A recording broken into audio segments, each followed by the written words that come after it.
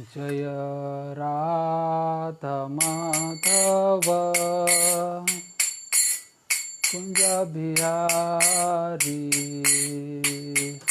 जय राधा माधव कुंज बिहारी। जय गोपी जन वल्लभ गिरिवरधारी। जय गोपी जन वल्लभ गिरिवरधारी। यशोदानंदन ब्रज जन रंजन। यशोदानंदन ब्रज जन रंजन। यमुना तीरावनचारी। जय राधा माधव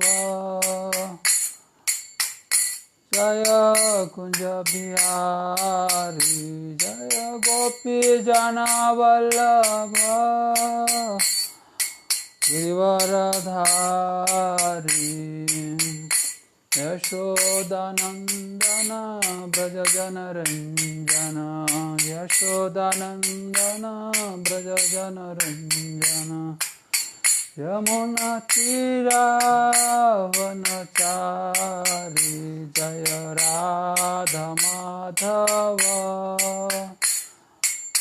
कुंज बिहारी। गोपी जन वल्लभ गिरिवरधारी। यशोदानंदन ब्रज जन रंजन। यमुना तीरावनचारी। जय राधा माधव जय कुंज बिहारी। गोपी जन वल्लभ गिरिवरधारी। यशोदानंदन ब्रज जन रंजन। यमुना तीरावनचारी। जय राधा माधव जय कुंज बिहारी। गोपी जन वल्लभ गिरिवरधारी। यशोदानंदन ब्रज जन रंजन।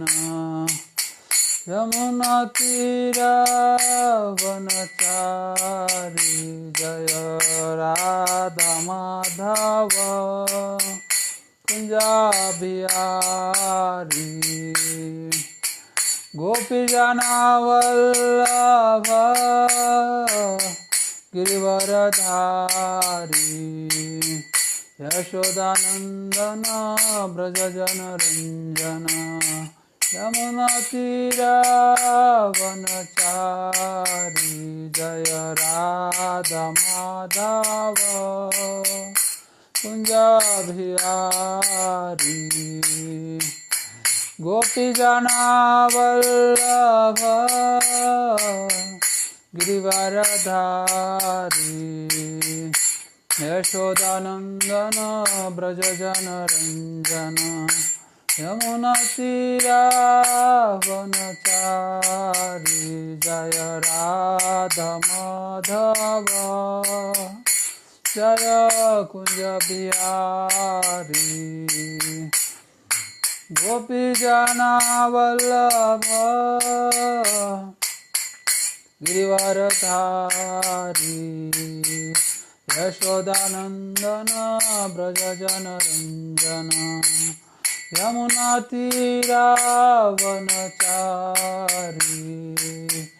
जय राधा माधव जय कुंज बिहारी। गोपी जन वल्लभ गिरिवरधारी। यशोदानंदन ब्रज जन रंजन।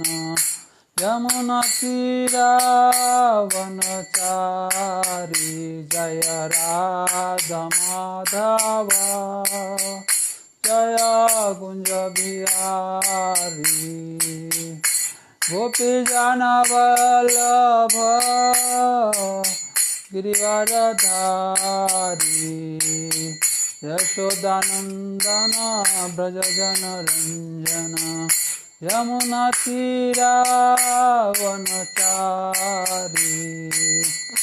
जय राधा माधव जय कुंज बिहारी गोपी जना वल्लभ गिरिवरधारी यशोदानंदन ब्रज जन रंजन यमुनातीरावनचारी जय राधा माधव जय कुंज बिहारी गोपी जना वल्लभ गिरिवरधारी यशोदानंदन ब्रज जन रंजन यशोदानंदन ब्रज जन रंजन यमुनातीरावनचारी जय राधा माधव जय कुंज बिहारी जय गोपी जना वल्लभ गिरिवरधारी यशोदानंदन ब्रज जन रंजन यमुनातीरावनचारी जय राधा माधव जय कुंज बिहारी गोपी जन वल्लभ गिरिवरधारी यशोदानंदन ब्रज जन रंजन यमुनातीरावनचारी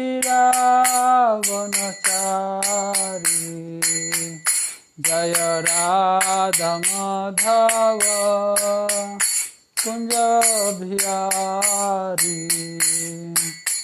गोपी जना वल्लभ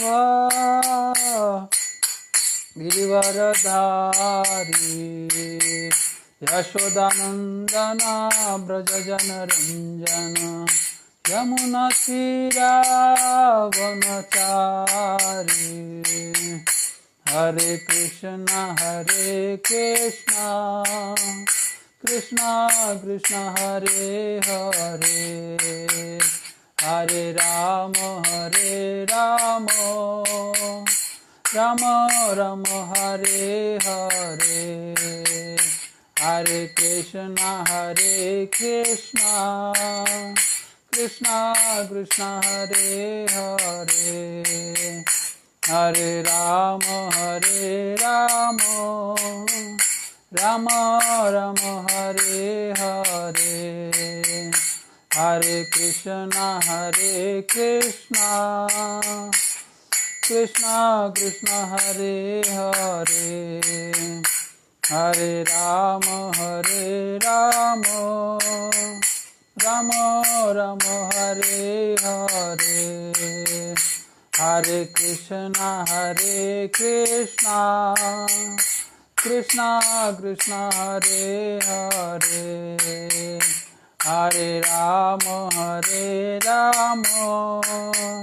राम राम हरे हरे हरे कृष्ण कृष्ण कृष्ण हरे हरे हरे राम राम राम हरे हरे हरे कृष्ण कृष्ण कृष्ण हरे हरे हरे राम राम राम राम हरे हरे हरे कृष्णा कृष्णा कृष्णा हरे हरे हरे राम राम राम हरे हरे हरे कृष्णा कृष्णा कृष्णा हरे हरे हरे राम राम राम हरे हरे हरे कृष्णा कृष्णा हरे हरे हरे राम राम राम हरे हरे हरे कृष्णा कृष्णा हरे हरे हरे राम राम हरे हरे जय राधा गोपीनाथ राधे जय राधा गोपीनाथ राधे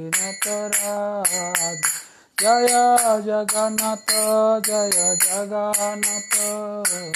बलदेव जय सुभद्रा जय जय प्रभुपाद जय जय प्रभुपाद कृष्ण गौर हरि बोल नित्य गौर हरि बोल हरि नाम संकीर्तन की जय।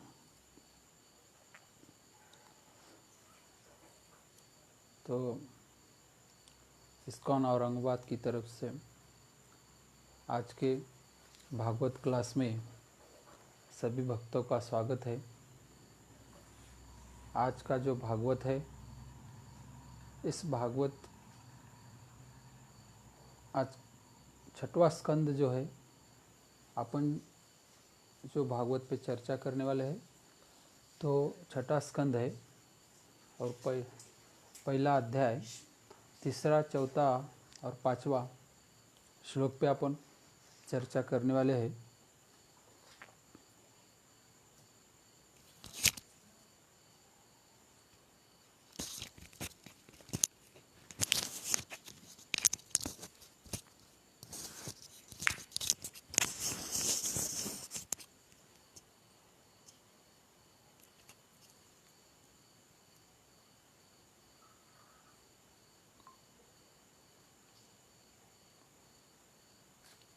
श्लोक दोहराते हैं। अधर्म लक्षणा नाना नरकाश्वावर्णिता मन्वन्तरस्य व्याख्यात आद्या स्वयंभुवो यता।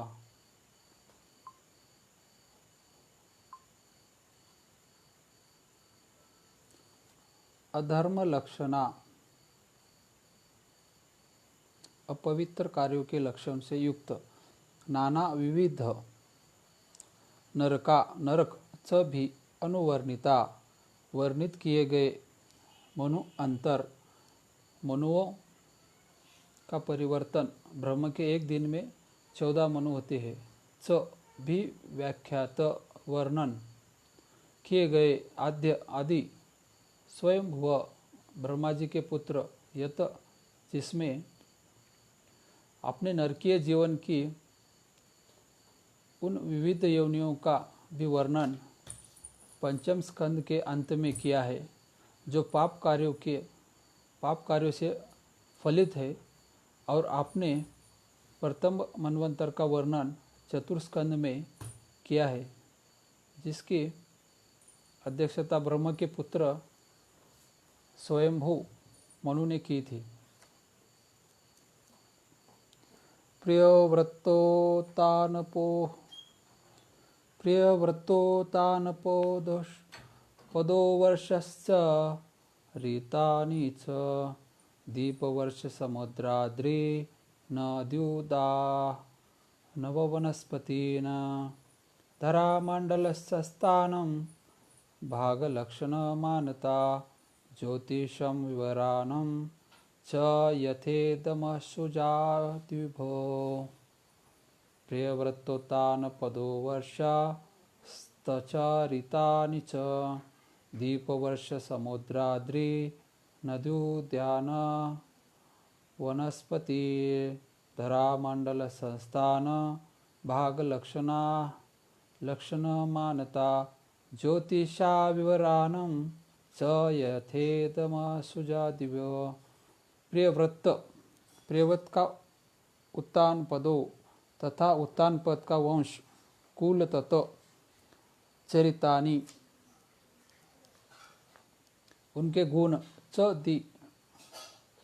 द्वीप विभिन्न लोक वर्ष भूभाग समुद्र सागर आदि पर्वत नदी नदियाँ उद्यान बाग बगीचे वनस्पति तथा वृक्ष धरामंडल पृथ्वी संस्थानम स्थित को भाग विभागों के अनुसार लक्षण विभिन्न लक्षण मानता तथा मापे ज्योतिषम सूर्य तथा अन्य प्रकाश पिंडों का विवरणम निम्नलोके तथा यथा जिस तरह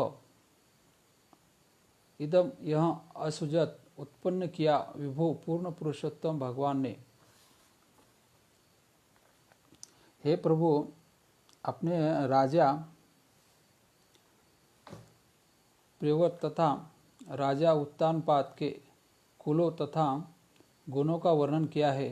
पूर्ण पुरुषोत्तम भगवान ने इस भौतिक जगत की रचना विविध ब्रह्मांडों लोकों ग्रहों तथा नक्षत्रों विविध भूभागों समुद्रों नदियों उद्यानों तथा वृक्ष से की जिनके लक्षण भिन्न भिन्न है। ये इस धारालोक आकाश के प्रकाश पिंडों तथा अधोलोकों में विभाजित है। आपने इन लोगों का तथा इनमें रहने वाले जीवों का बहुत ही स्पष्ट वर्णन किया है।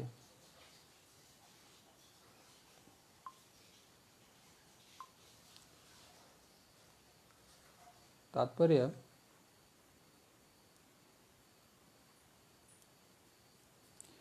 यहाँ पर यथेदम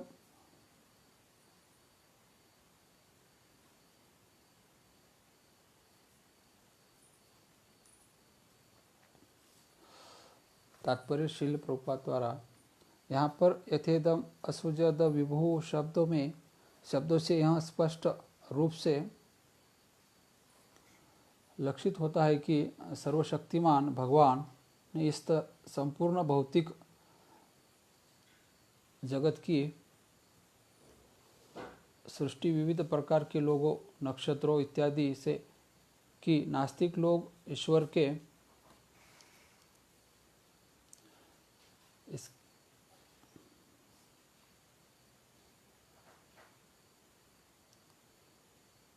ईश्वर के हाथ को जो प्रत्येक सृष्टि से उपस्थित रहता है छिपाना चाहते हैं, किंतु वे इसकी व्याख्या नहीं कर सकते कि ये सारी सृष्टियाँ बिना किसी दक्ष बुद्धि तथा सर्वशक्तिमान बल के कैसे उत्पन्न हुई।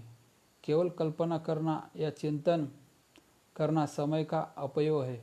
भगवद गीता 10वें अध्याय 8वें श्लोक में भगवान कहते हैं, अहम सर्वस्व प्रभवा, मैं हर वस्तु का उद्गम हूँ। मत सर्व प्रवर्तते, सृष्टि में जो भी विद्यमान है वह मुझ में उद्भूत है। इसी मत्वा भजन्ते माँ भूत्वा भाव संविता। जब मनुष्य पूरी तरह से यह समझ लेता है कि अपनी सर्वशक्ति मता से डर वस्तु को उत्पन्न करता हूँ, तो वह भक्ति में दृढ़ हो जाता है और मेरे चरण कमलों में पूर्णता समर्पण कर देता है। दुर्भाग्यवश अज्ञानी व्यक्ति कृष्ण की सर्वश्रेष्ठता की तुरंत नहीं समझ पाते, फिर भी यदि वे भक्तों को संगति करते हैं और प्रामाणिक पुस्तकें पढ़ते हैं तो वे धीरे धीरे सही ज्ञान को प्राप्त होते हैं। यद्यपि इसमें अनेकानेक जन्म लग सकते हैं, जैसा भगवद गीता में 7वें अध्याय में 19वें श्लोक में कृष्ण कहते हैं, बहुना जन्मना मते ज्ञानवंता मां प्रपदते वासुदेव सर्वामिति स महात्मा दुर्लभ। तो अनेक जन्म लग सकते हैं। जो वास्तव में ज्ञानी होता है वह अनेक जन्म जन्मांतर के बाद मुझे समस्त कारणों का कारण जानकर मेरी शरण ग्रहण करता है। ऐसे महात्मा आदि दुर्लभ है। वासुदेव कृष्ण हर वस्तु के शस्त्र और उनकी शक्ति, सृष्टा और उनकी शक्ति विविध प्रकारों की प्रदर्शित होती है। जैसे कि भगवद गीता में 7वें अध्याय में 4 और 5वें श्लोक में बतलाया गया है,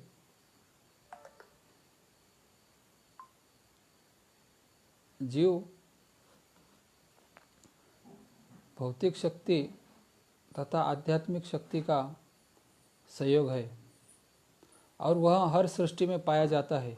ये केवल एक ही सिद्धांत सर्वोच्च चेतन आत्मा तथा भौतिक तत्वों का संयोग विराट जगत का कारण है। ओम अज्ञानतिमिरन्धस्य ज्ञानाञ्जनशलाकया चक्षुरुन्मिलितं येन तस्मै श्रीगुरुवे नमः। श्रीचैतन्यमनोभीष्टं स्थापितं येन भूतले स्वयं रूप कदा मह्यं ददासि स्वपदान्तिकं।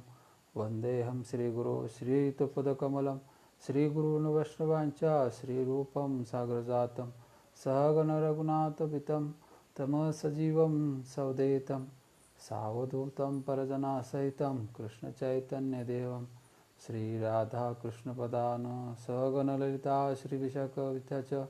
हे कृष्ण करुणा सिंधु दीनबंधो जगत्पते गोपेश गोपिकाकांत राधाकांत नमस्तुते। तप्त कांचन गौरांगी राधे वृंदावनेश्वरी वृषभानुसुते देवी प्रणमामि हरिप्रिय।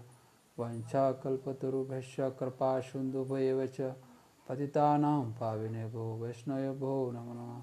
जय श्री कृष्ण चैतन्य प्रभो नित्यानंद श्री अद्वैत गदाधर श्रीवासादि गौरभक्तवृंद। हरे कृष्णा कृष्णा कृष्णा हरे हरे, हरे राम राम राम हरे हरे। हरे कृष्णा हरे कृष्णा। आज के जो भागवत का जो श्लोक है 6वें स्कंद का 3, 4 और 5वां, जैसे कि इसमें बताया है,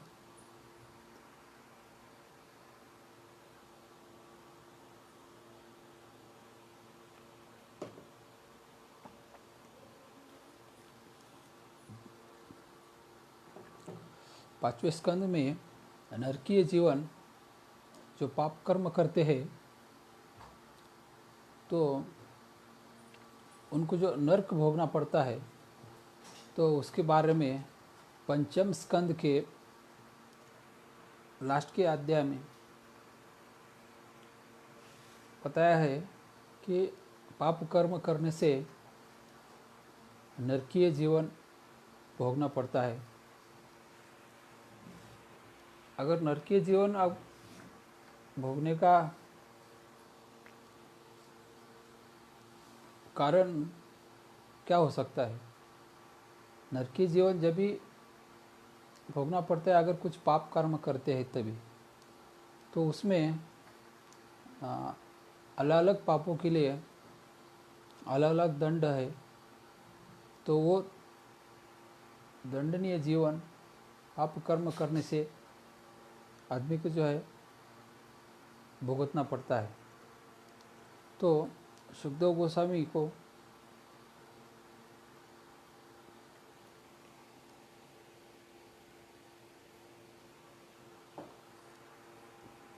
इस भागवत के पंचम स्कंद में बताए कि क्या कर्म करने से फल उस कर्म स्वरूप उसे मिलते हैं, और कुछ अगर पाप भी होता है, जैसे वो उदाहरण है अजामिल का, तो उसको खाली भगवान नाम से, भगवान का नाम लेने से उसका जो है उद्धार हुआ है। तो आगे बताते हैं 6वें स्कंद में,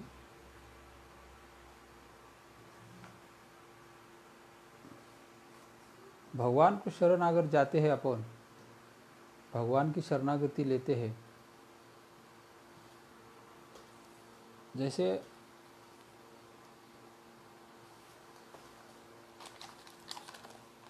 प्रभुपाद बताते हैं तात्पर्य में, अहम सर्वस्य प्रभव मत सर्व प्रवर्तते इति मत्वा भजन्ते मां बुधा भवस, मां बुधा भवसमन्विता।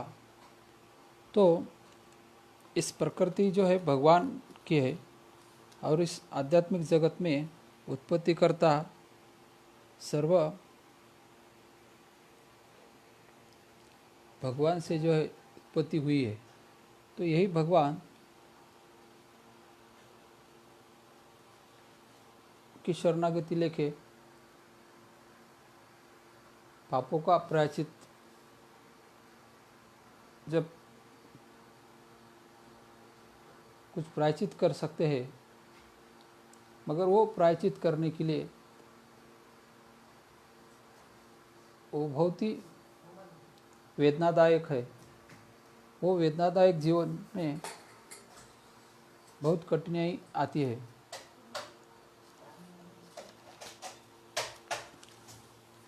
तो भगवान को उस वेदनादायक प्रायश्चित से बचने के लिए कुछ मार्ग बताया है सुखदेव जी गुरु जी। तो भगवान तो परम सत्य सर्वशक्तिमान है, मगर इस बात को कुछ नास्तिक लोग हैं, कुछ मूर्ख लोग हैं, जो भगवान को मानते नहीं, उनके अस्तित्व को समझ नहीं पाते। तो उसी प्रकार उनको भगवान भगवद गीता में बताते हैं,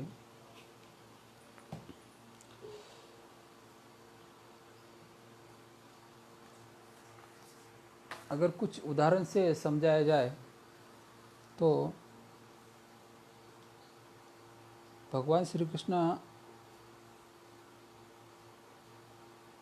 पहले ही बताया कि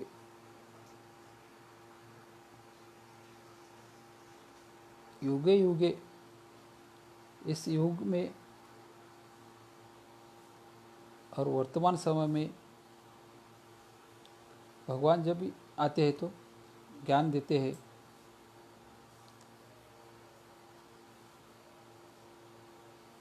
और भगवान श्री कृष्ण एक व्यक्ति है और सूर्यदेव भी एक व्यक्ति है। यह अन्यथा श्री कृष्ण किस प्रकार उनके साथ बातें कर सकते थे। जिस प्रकार श्री कृष्ण ने अर्जुन को ज्ञान दिया, उसी प्रकार उन्होंने विवेशान को भी दिया। अपने सामने सूर्यलोक पर एक व्यक्ति का राज्य है और यहाँ अनेकानेक लोग रहते हैं। सूर्य देवता के समान उन लोगों के शरीर भी अग्नि से बने हैं, इसलिए वे वहाँ रह सकते हैं। सूर्य पृथ्वी से 14 लाख गुना बड़ा है, और फिर भी वहाँ की जनसंख्या बहुत अधिक है, क्योंकि वहाँ के नागरिकों के देश अग्निमय होते हैं। उनके प्रकाश से संपूर्ण जगत को प्रकाश प्राप्त होता है। तथाकथित कुछ वैज्ञानिक इसे नहीं समझ सकते, यह उनकी चिंतन शक्ति से परे है, परंतु यह सत्य है। सूर्य के समान चंद्रमा भी अप्रतिम है और वहाँ भी अपना प्रकाश वितरित करता है, परंतु अंतर केवल इतना है कि चंद्रमा की अग्नि के चारों ओर शीतल वातावरण है, इसलिए उस शीतल वातावरण के कारण रात्रि समय चंद्र किरण हमें शीतलता प्रदान करते हैं। सूर्य प्रकाश गर्म होता है और चंद्रमा ठंडा, मन को प्रसन्न करने वाला। हमें इन दोनों की आवश्यकता है और श्री कृष्ण इतने दयालु है कि उन्होंने हमें ये दोनों दिए। श्री कृष्ण कहते हैं, मैं ही सूर्य और चंद्रमा का प्रकाश हूँ। भगवद गीता के 7वें स्कंद में 8वें श्लोक पर मूर्ख व्यक्ति चुनौती देते हैं, क्या आप मुझे भगवान दिखा सकते हैं, परंतु आप भगवान को यहाँ क्यों नहीं देख रहे? क्या आप सूर्य और चंद्रमा के प्रकाश को नहीं देख सकते? तो प्रभुपाद समझाते हैं तात्पर्य में, जैसे कि सूर्य के प्रकाश को यहाँ पर देखते हैं,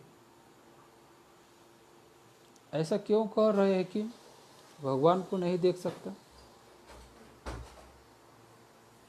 सूर्य प्रकाश को देख रहे हैं, सूर्य के प्रकाश को देख रहे हैं,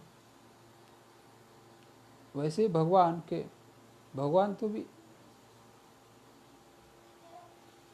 श्री कृष्ण कहते हैं, मैं यहाँ हूँ, मैं ही सूर्य और चंद्रमा का प्रकाश हूँ।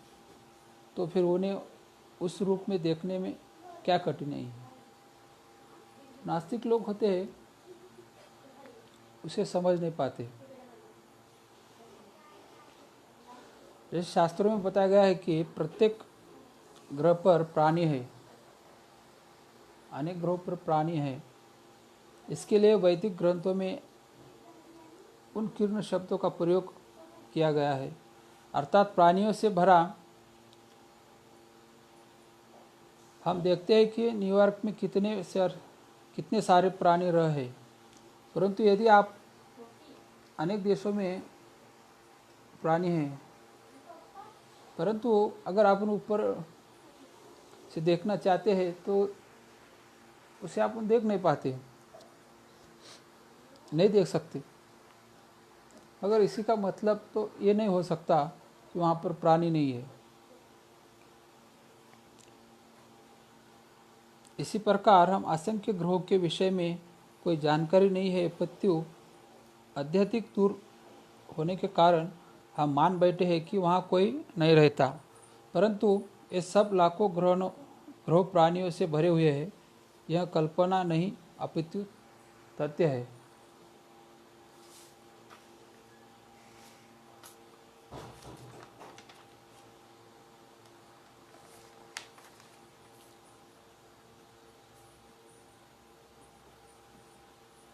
और श्री कृष्ण को साधारण मनुष्य न समझो, यदि तुम ऐसे करोगे तो तुम भी मूर्ख कहलाओगे। मूर्ख मत बनो, बुद्धिमान बनकर श्री कृष्ण को समझो। ऐसे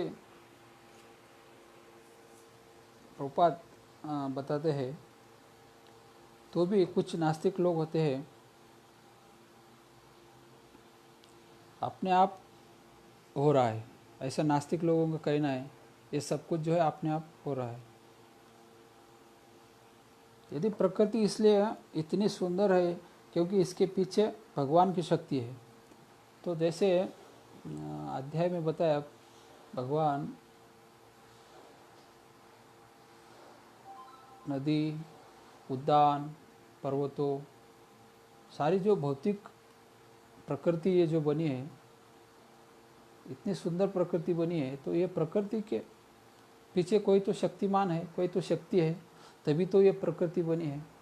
इतने सारे उद्यान है, इतने सारे चट्टान है, पर्वत है, नदी है, समुद्र है, तो ये तो कारण हो सकता है। अगर नास्तिक लोग इसे नहीं समझ पाते, परंतु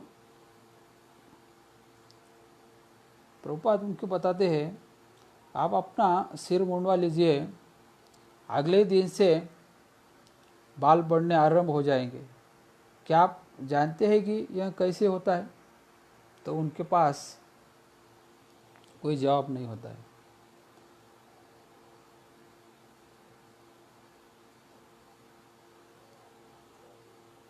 उनके पास कोई जवाब नहीं होता है और उनको श्री कृष्ण को समझना बहुत ही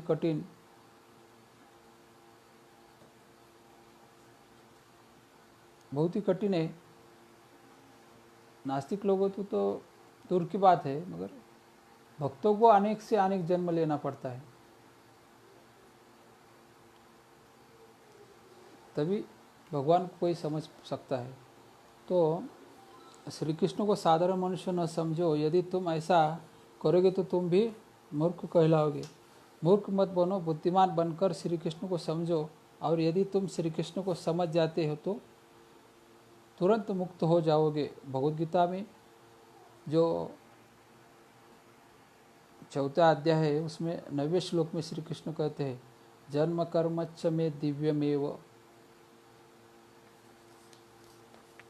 तो 4वां जो अध्याय है भगवद गीता का, वो 9वें श्लोक में कहते हैं, जन्म कर्मच्च मे दिव्यमेव यो वेति तत्वता त्वक्त्वा देहे पुनर्जन्म नेति ममेत्यु स्व अर्जुना। हे अर्जुन, जो मनुष्य मेरे जन्म एवं कर्मों के दिव्य स्वभाव को समझ जाता है, वह शरीर त्यागने के पश्चात पुनः इस भौतिक जगत में जन्म नहीं लेता, अपितु मेरे सनातन धाम को प्राप्त करता है। यही योग्यता है। जैसे ही आप श्री कृष्ण को समझ जाते हैं तो आप मुक्त हो जाते हैं। तो इसलिए आपने को जो है भगवान का आश्रय ग्रहण करके भगवान श्री कृष्ण को समझ जाना चाहिए। यदि आंशिक रूप और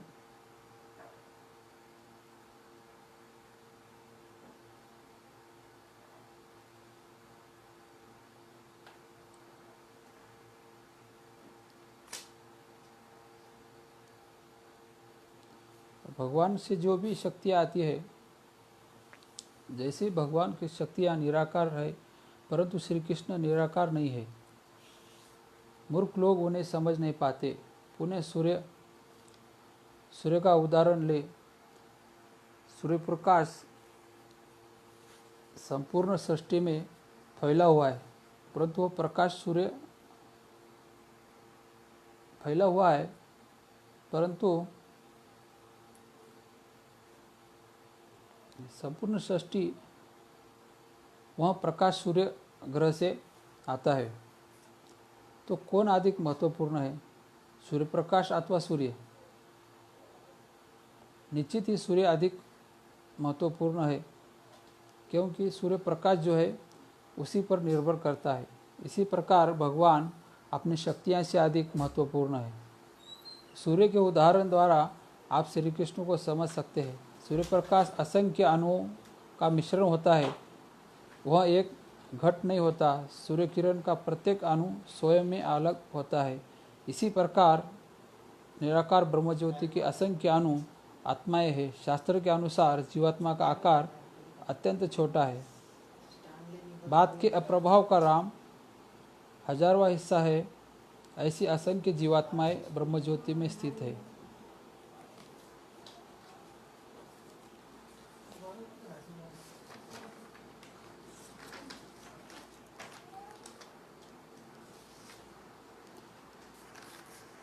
तो भगवान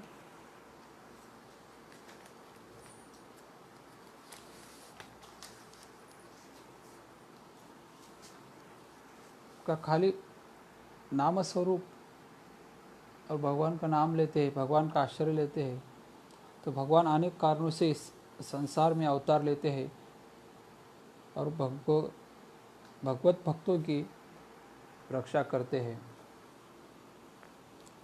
परित्राणाय साधुनम, साधु का अर्थ है भगवान का भक्त, न कि केवल वह जिसने गेरू वस्त्र पहन लिए है और जो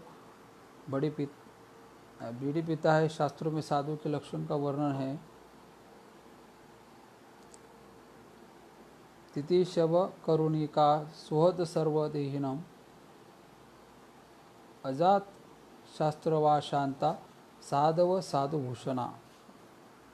भगवद गीता के 3 अध्याय में 25 और 21 श्लोक में साधु तितिशव होता है, अर्थात वह किसी भी परिस्थिति में विचलित नहीं होता। वह सहनशील होता है और सारे जीवों पे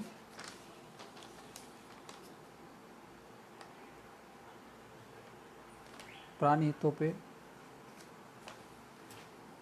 करुणा करता है और करुणाशील होता है।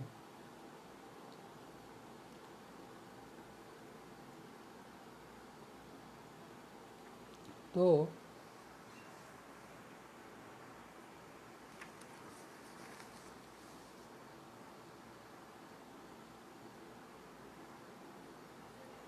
सरल भक्ति का जीवन अपनाकर और भगवान नाम का आश्रय लेके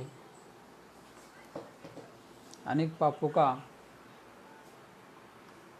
पापों से मुक्ति भी पा सकते हैं। धर्म का पालन करने के लिए इस्कॉन में एक सरल पद्धति है और श्री प्रभुपाद की कृपा से हरे कृष्ण आंदोलन कृष्ण भावना भवित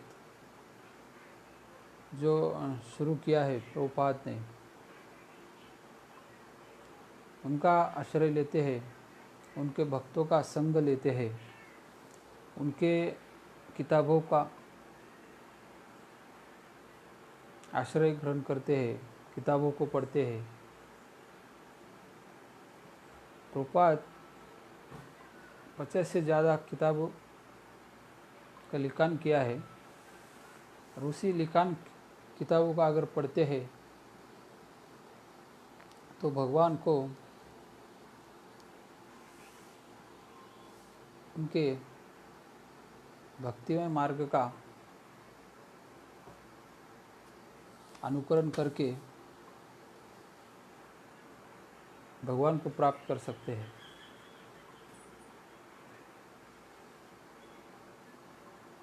तो भक्तों के संग में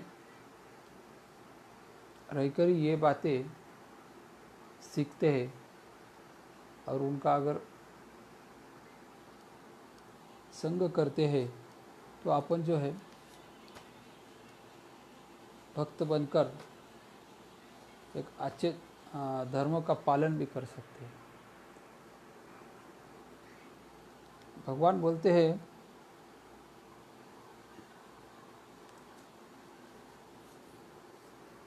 भगवान कुछ भी खा सकते हैं परंतु फिर भी वे हमें शिक्षा देते हैं, पत्रम पुष्पम फल तोया यो भक्त्या प्रचदिति।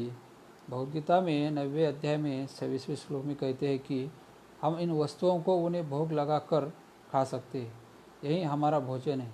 यदि हम स्वयं को कृष्ण भक्त कहते हैं तो हमें श्री कृष्ण का भोग लगाकर केवल इन्हीं वस्तुओं को खाना चाहिए। यदि आप अपने जिह्वा पर नियंत्रण चाहते हैं और आप प्रण ले कि श्री कृष्ण को भोग लगाए बिना कुछ भी खाएंगे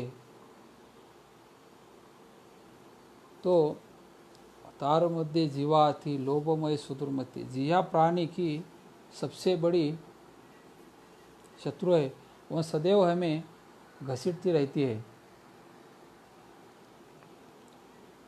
मुझे ऐसी घसीटती है कि उसके आदमी को जो भी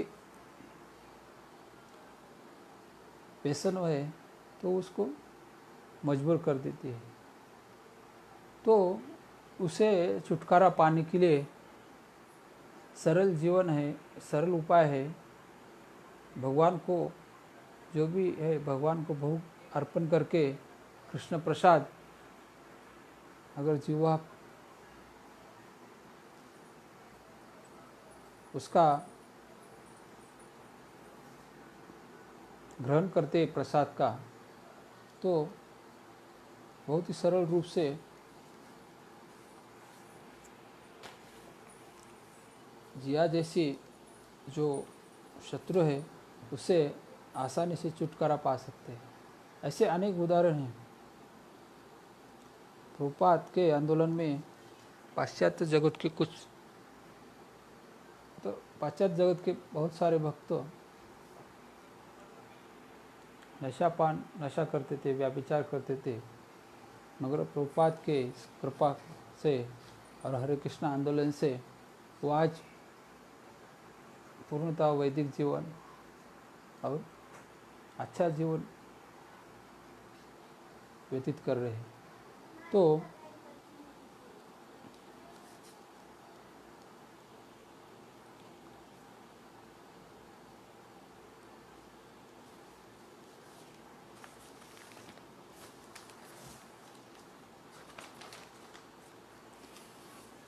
सरल जीवन अपनाने के लिए प्रभुपाद ने जो आंदोलन बनाए, हरे कृष्ण आंदोलन, इस आंदोलन में जुड़ के भक्ति का मार्ग अगर अपनाते हैं तो कई सारे पाप कर्मों को से छुटकारा पाते हैं। तो भक्ति में आके जैसे प्रभुपाद बताते हैं, श्री कृष्ण की सेवा क्या है, भगवान की सेवा क्या है, तो हम यही सीख रहे हैं कि किस प्रकार श्री कृष्ण की पूजा की जाए। श्रवण कीर्तन, विष्णु स्मरण, पाद सेवन, अर्चना, वंदन, दास्य सख्य, आत्मनिवेदन। भगवान विष्णु के दिव्य पवित्र नाम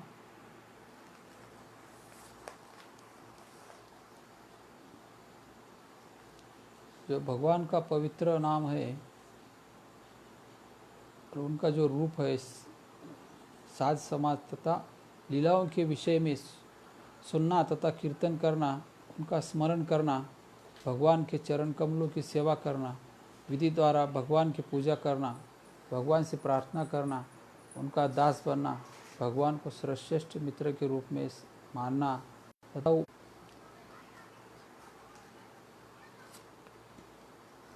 सर्वस्व स्वीकार करना, यह भगवान की यह है। तो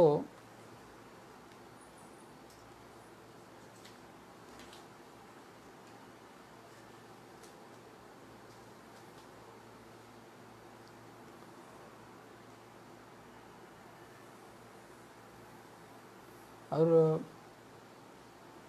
ये नवविधा भक्ति से भगवान को प्राप्त किया जा सकता है। इसी प्रकार प्रभुपाद बताते हैं, वृंदावन वासियों में इस प्रकार की भक्ति देखी जा सकती है।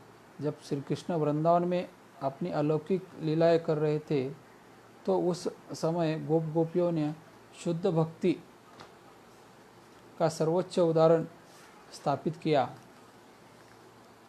इसी प्रकार जब तक हम सारे पापों से मुक्त नहीं हो जाते, हम श्री कृष्ण की शरण में नहीं आ सकते। परंतु श्री कृष्ण इतने दयालु है,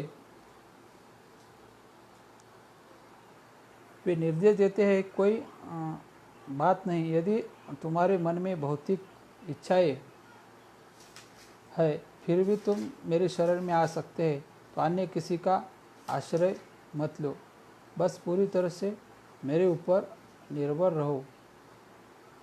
सर्वधर्म परित्याज्य ममेक शरणं व्रज। तुम्हें अन्य किसी पर आश्रित होने की आवश्यकता नहीं है, मैं तुम्हें पूर्ण संरक्षण प्रदान करूँगा। भगवद गीता के 18वें अध्याय के 66वें श्लोक में हमें भगवान बताते हैं, हमें श्री कृष्ण के वचनों पर विश्वास रखकर उनके चरण कमलों का आश्रय लेना होगा। इससे हम सुखी हो जाएंगे और भक्ति में प्रगति करके अंततः वैकुंठ लौट जाएंगे। तो इसी प्रकार सरल जो उपाय बताया है सुखदेव जी गोस्वामी महाराज ने, तो इस उपाय का पालन करके